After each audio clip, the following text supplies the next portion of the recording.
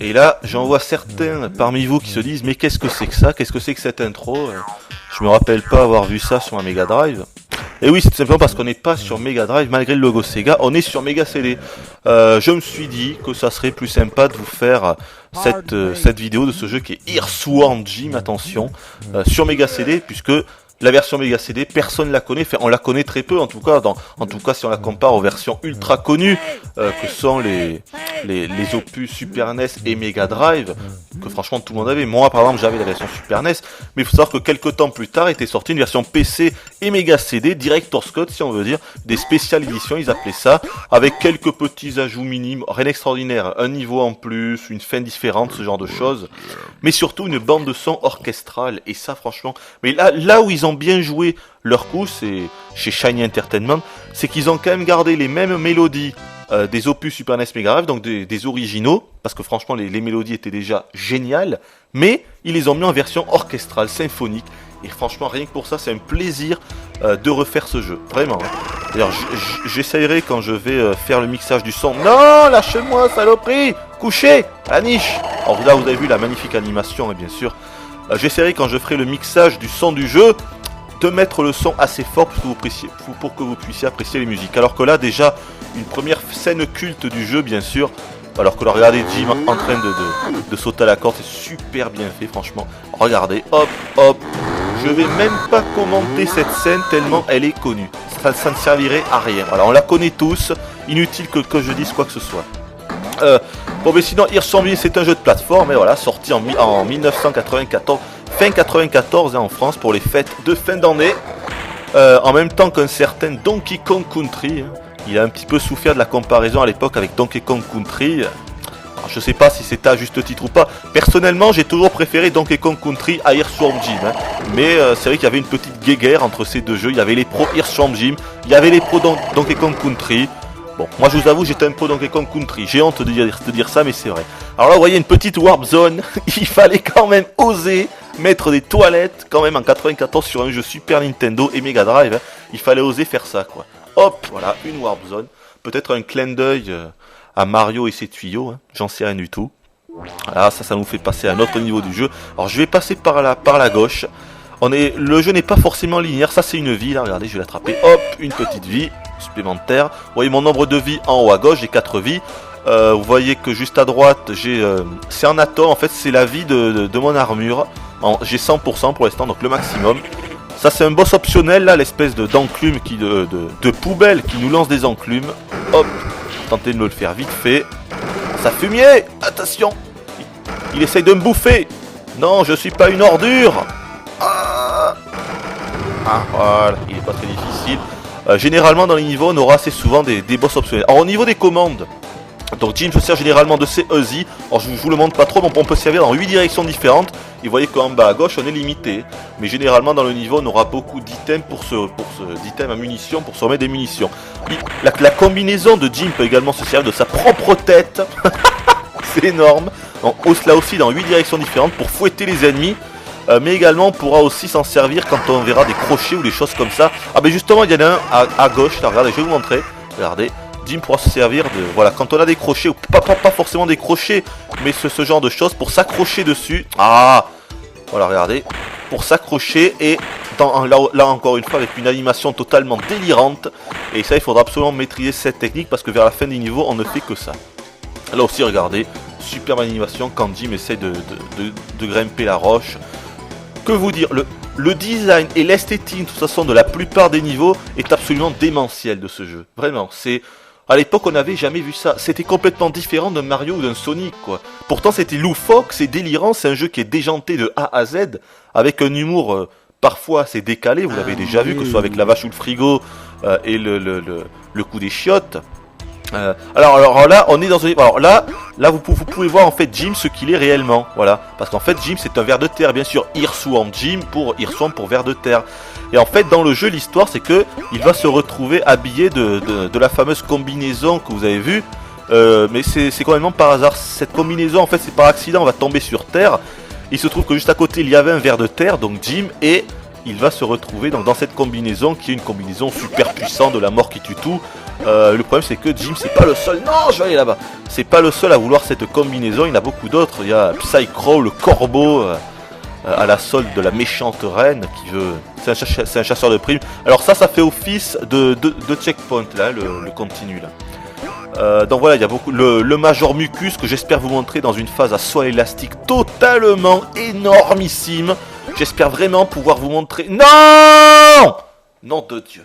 J'espère vraiment pouvoir vous montrer cette phase de soie élastique parce que vraiment ça vaut le coup d'œil. C'est absolument énormissime.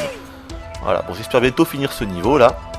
On va aller par là-bas. Alors voilà, vous pouvez voir une grosse différence. Voilà, je mets sur pause. Regardez en haut à droite, vous avez le soleil. Parce que cette version Mega CD reprend la technique, bien sûr, de la version Mega Drive. Puisque le Mega CD est en fait une extension, comme tout le monde le sait, de la Mega Drive.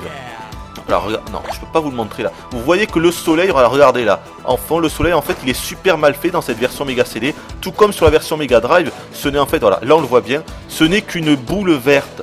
Si vous jouez à la version Super NES, vous verrez que le soleil est bien mieux fait, il y a un effet de lens flare, il est lumineux, ça n'a rien à voir. Ça c'est les grosses différences entre les versions Super NES, Mega Drive et Mega CD. C'est que la Mega Drive et le Mega CD, logique puisque Mega CD dépend complètement de la Mega Drive, la Mega Drive ne propose que 64 couleurs simultanément, alors que la Super Nintendo peut en proposer jusqu'à 256. C'est pour ça que généralement, les jeux Super NES sont plus colorés et plus agréables à l'œil que les jeux Mega Drive. Voilà ce qui explique les grosses différences. Alors que là on est au boss que je vais tenter de vite me faire. Voilà, il nous balance du poisson. Non! Voilà, donc le but, regardez, il y a les caisses qui tombent. Il faut tout simplement parvenir à faire arriver les caisses sur l'espèce de petit tremplin là. Pour que les caisses touchent. Hop, voilà, pour que les caisses touchent le boss. C'est le boss du niveau ça. Voilà que vous dire d'autre. C'est les niveaux. Oh putain, attention là. Les niveaux s'enchaînent sans cohérence. Je vous l'ai déjà dit, sans logique. Faut vraiment pas chercher de logique ni de cohérence dans ce jeu. C'est vraiment du fun à l'état pur. C'est un jeu complètement déjanté, Earthworm Jim, tout comme le 2. Hein. Ah là là, j'espère que je vais pas crever. Non, c'est bon, je suis à 80%. Vous voyez en haut. Il faut que j'attende les caisses qui arrivent, sinon je peux pas faire grand chose. Que vous dire d'autre je vous ai à peu près tout dit. Il y a 10 niveaux dans le jeu. Les 10 niveaux, à chaque fois qu'on finit un niveau, généralement on devra se friter en une petite course intergalactique avec Psy-Crow. Là je dois attendre qu'il arrive. Allez, mets-toi à droite. Voilà. Alors, ça y est, il est mort. Vous allez voir, de toute façon, vous allez voir la petite course. Alors sinon les différences donc, entre cette version Mega CD et les versions Super NES et Mega Drive, il y en a une grosse, c'est également les passwords. D'ailleurs je pense que là on va le voir. Logiquement, on devrait avoir un password ici. Dans les versions Super NES et Mega Drive d'origine, on n'avait aucun password ni rien. Voilà, vous voyez en bas, il y a un password. À chaque fois qu'on finit un niveau, on pourra toujours aller dans les options au début et insérer le password pour recommencer là d'où on s'était arrêté. Et ça, c'est quand même quelque chose de très appréciable, étant donné que sur Super NES et Mega Drive, on était à chaque fois obligé de se retaper le jeu du début. Et vu que le jeu est quand même assez corsé, il se corse déjà à partir du 3e ou du 4e niveau, ça devient très difficile. Donc en fait, je pense que la majorité des joueurs n'ont vu que les 4 ou 5 premiers niveaux et n'ont pas vu les 5 derniers niveaux, parce que le jeu était vraiment très difficile, quoi. On n'a pas beaucoup de vie ni rien, et ça passe très vite. Alors voilà, ces fameuses phases avec Psy-Crow, donc le corbeau, le chasseur de primes corbeau. Zut, j'ai raté le turbo là. Donc vous voyez que c'est une phase qui ressemble à Sonic 2, je trouve. Hein. On est tout simplement, Jim est à bord d'une espèce de réacteur, quoi. Alors là, la musique est énorme, il faut écouter.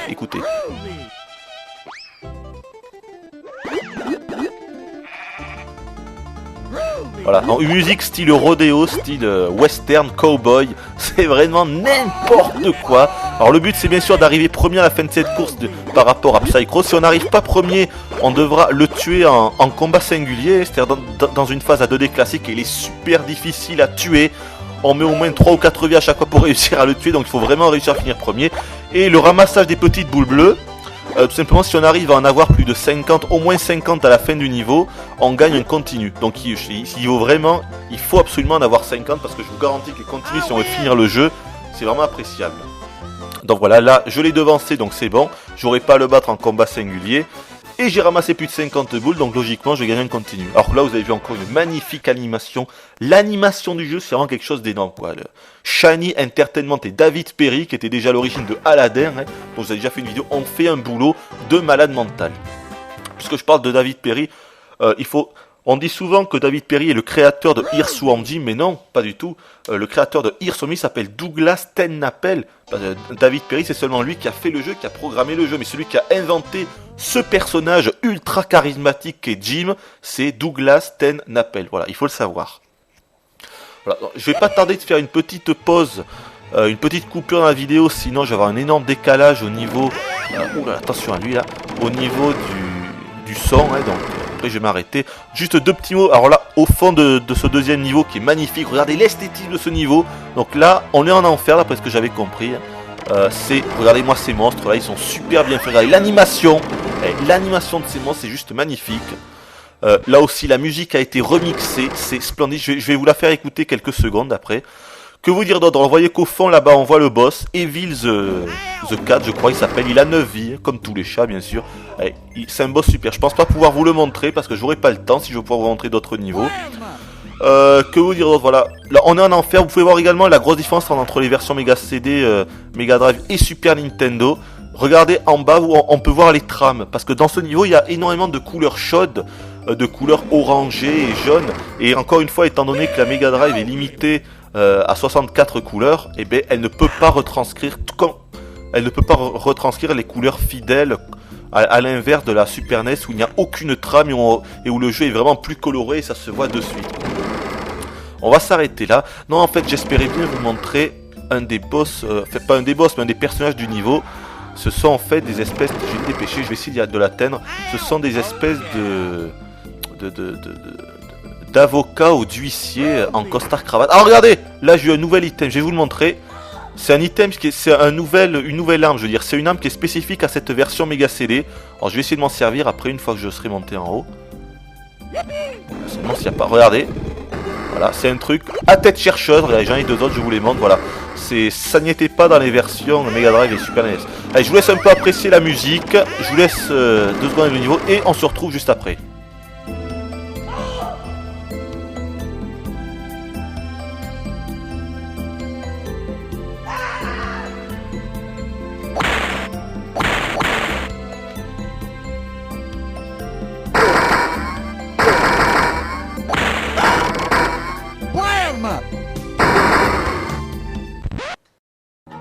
Voilà, donc on se retrouve dans ce niveau-là, donc le niveau aquatique que je voulais absolument vous montrer. D'abord parce qu'il est très joli, mais surtout à cause du hamster. Je vais vous montrer le coup du hamster. Oh, attention, alors, attendez, je vais faire exprès de me faire prendre. Regardez l'animation. C'est pas super bien fait ça. Attendez, c'est magnifique, tout simplement. Voilà, on va le dépasser parce que je crois qu'il est intuable. Ah, ces machines-là, j'ai jamais su ce que c'était. Des espèces de cerveaux ou des espèces de poumons qui volent. Je sais pas ce que c'est exactement. Des cœurs peut-être, je sais pas. Alors déjà, ceux qui connaissent bien les versions Mega Drive et Super NES, vous voyez peut-être une différence, c'est que le niveau, il y a une espèce de petite distorsion. Bon, c'est pas très bien fait, c'est assez minime, mais il me semble que ça n'y était pas ça dans les versions Super NES et Mega Drive. Alors voilà le fameux hamster là. Alors, on aura plusieurs phases avec lui, regardez. Bon, on peut rien lui faire, mais on peut monter dessus et on peut faire fonctionner sa mâchoire, histoire d'avaler tous les trucs qu'il y a devant. Alors là c'était très rapide, c'est juste histoire de vous le montrer, mais plus tard, enfin c'était avant je crois, on pourra se le... Voilà avec lui, voilà la fameuse phase avec la bulle qui en a rendu chèvre plus d'un, je peux vous le garantir. C'est l'un des passages les plus délicats du jeu. Et le problème c'est que à l'époque il était au 3e niveau, voilà. À l'époque il était au 3e level celui-là. Au 3e niveau du jeu, et donc en fait vu que c'est un niveau super dur, très rares sont ceux qui ont atteint le 4e niveau, et moi je faisais partie de ces personnes qui n'arrivaient jamais. Voilà, c'est cette phase là, on a 99 secondes pour atteindre le bout de ce tunnel. Le problème c'est que non seulement on est timé, donc bien sûr vous voyez en haut à droite, mais également on a c'est-à-dire qu'on ne peut pas, on a un nombre limité de coups pour faire toucher la bulle en vert. À chaque fois qu'on va toucher la bulle, pour l'instant je débrouille pas trop mal, à chaque fois que la bulle va être touchée, la bulle va s'écailler un petit peu, et donc à force, elle s'écailler, façon de parler, elle n'a pas d'écaille, hein, mais la bulle va se casser au fur et à mesure. C'est pour ça qu'on ne peut pas aller très vite, et en plus on est timé, mais le chemin est vachement long quoi. ceci dit, j'ai l'impression, puisque pour tout vous avouer, j'y suis arrivé au deuxième coup, dans cette version Mega CD, j'y suis arrivé. Tandis que sur la Super NES, j'avais beau m'acharner, je n'y arrivais jamais. Donc il est fort possible que cette version Mega CD soit plus facile que son homologue Super NES et Mega Drive. Peut-être qu'ils se sont rendus compte que beaucoup de joueurs étaient bloqués à cet endroit, et donc peut-être qu'ils se sont dit, pour l'instant je débrouille, oula, attention là, je fais n'importe quoi. Et à mon avis, ils se sont dit qu'il fallait, je sais pas s'ils ont raccourci le truc ou quoi, mais ou alors peut-être que j'ai gagné du skill avec l'âge, je sais pas. Mais j'y suis arrivé très rapidement, alors que sur la Super NES, je n'y arrivais pas du tout. Voilà, peut-être qu'ils ont fait en sorte que ça soit un peu plus facile. Enfin, ceci est, peut-être que je vais pas y arriver, mais pour l'instant, je démerde pas trop mal. Je dois dire, oh putain, attention là. Pas vrai ça. Voilà, par là. Ah, je suis pas sûr d'avoir pris le bon chemin là, parce que ça me dit rien du tout par là. Non. C'est pas vrai. Allez, par là. Faut que je me magne un peu là, à mon avis. Hop, hop, hop.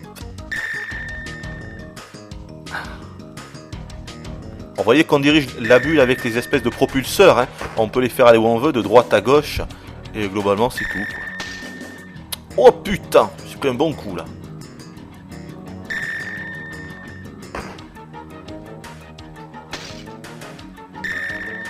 Ah, ça va être chaud. Ah, ça va être chaud parce qu'il reste que 15 secondes et je vois pas trop où je suis là. Ah, 10 secondes, je sais plus du tout où je suis. Ah, peut-être que c'est là la fin. Peut-être que c'est là. Oh putain. Ouh là, 5 secondes, mais c'est bon, j'y suis arrivé, tiens. Et ben voilà. Ouais, voilà, donc je pense vraiment que là, ils ont amoindri la difficulté parce que sur la Super NES, c'était impossible ce niveau-là. Voilà. Et je vais juste vous montrer un petit coup du saut élastique. Et puis je crois qu'on va s'arrêter là. Ah, attendez. Je crois qu'après il y a le boss. Il me semble. Voilà, le boss final du niveau. Mais je vais pas vous dire comment on le tue. C'est un boss ultra difficile à tuer. Mais je vais pas vous montrer ça. Je vais partir de là. Hop. Si j'y arrive. On va aller au truc du password. Je vous montre juste un petit coup de la corde du saut élastique avec Major Mucus qu'il faut réussir à tuer. Bon, je vais pas commenter parce qu'on a plus trop de temps.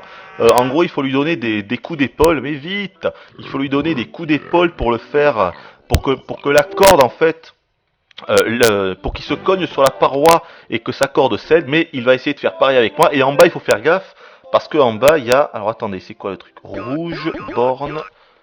Hop, hop, hop, ça, hop, hop, hop, ici, c'est pas ça, c'est ça. Hop, non, c'était ça. Voilà, le gun et la vache. Et normalement, c'est bon, voilà, la phase du fly stick. Et puis on va se laisser là. Donc vous allez voir, c'est, alors, ça se passe en 3 rounds, mais je pense que je vais ne vous en montrer que 1 ou 2. Allez, je vous laisse avec la musique et je vous dis à la prochaine. Et franchement, hier soir, on me dit, qu'est-ce que vous voulez que je vous dise? C'est un titre culte, rien d'autre à dire.